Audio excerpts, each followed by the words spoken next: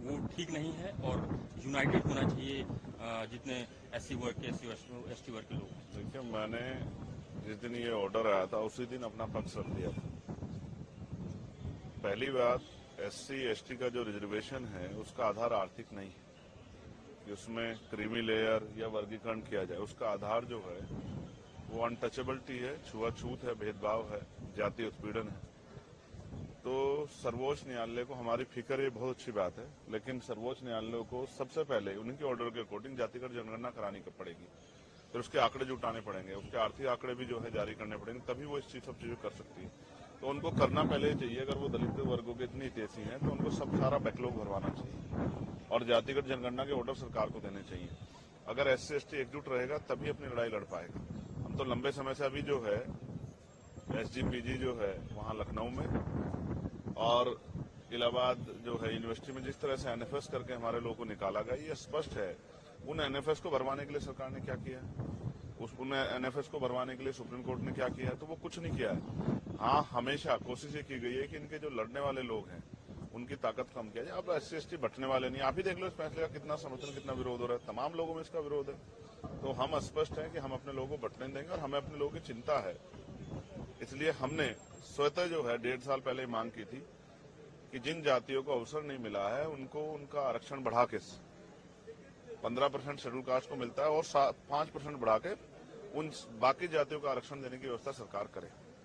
ये 1.5 साल पहले हमने लखनऊ पीसी करके कहा था और दिल्ली में भी।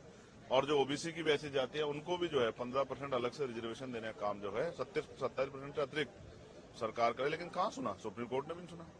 तो जब आप ईडब्ल्यूएस 10% दे सकते हो तो आप जो है 5% शेड्यूल कास्ट के लोगों को बढ़ा क्यों दे सकते? तो मेरा मत तो ये है कि 100% रिजर्वेशन 2% सरकारी नौकरी में कर देते हैं, 98% प्राइवेट सेक्टर है।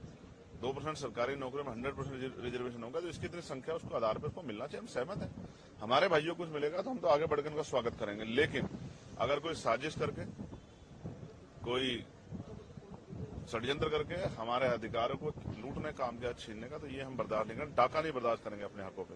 इसके लिए चाहे सरकार से जो है अध्यादेश लाने की बात हो, चाहे सुप्रीम कोर्ट में जो है रिपिटिशन दाखिल करने की बात हो, या मैं आज सारे मेंबर ऑफ पार्लियामेंट जो शेड्यूल कास्ट शेड्यूल ट्राइब के हैं या जो सामाजिक न्याय को मानते हैं उन सबसे चर्चा करूंगा और बहुत जल्द जो है एक बड़ा जो है हम अपना इस संघर्ष का स्वरूप सरकार और सुप्रीम कोर्ट को दिखाएंगे। हम अब पीछे हटने वाले नहीं। हम अपने अधिकारों के लिए, स्पेशली मैं चंद्रशेखर आजाद, अपने लोगों के अधिकारों के लिए, बाबा साहब अम्बेडकर ने कहा था कि जब मेरे हित में और देश हित में टकराव होगा तो मैं देश की तरफ रहूंगा, लेकिन जब मेरे समाज के हित में और देश हित में टकराव होगा तो मैं समाज की तरफ रहूंगा। मैं फिर आज कहता हूं कि अगर कोई भी हमारे अधिकारों छीनने काम करेगा तो हम हर कीमत चुकाने के लिए तैयार हैं। मैं अपने समुदाय के साथ खड़ा हूं, उनको ना बंटने दूंगा, ना उनके अधिकार में कटौती होने दूंगा। उनके लिए खड़ा हूं, उनके लिए था, उनके लिए हूं और उन्हीं के लिए हम लोग राजनीति कर रहे हैं। धन्यवाद। वक्फ बोर्ड में एक बात आ रही है, वक्फ बोर्ड के वक्फ एक्ट की चेंजेस होने वाले हैं, उसमें कुछ अमेंडमेंट बदलने वाले हैं जिससे प्रॉपर्टीज का मुसलमानों की कितनी हितैषी है केंद्र और यूपी की सरकार और तमाम सरकारें बीजेपी की, इसकी से छिपावा नहीं। मैं फिर कह रहा हूं, आपका मकसद जो है इन वर्गों को कमजोर करना हो सकता है, ताकतवर करना नहीं हो सकता। कभी हम अच्छी तरह जानते हैं।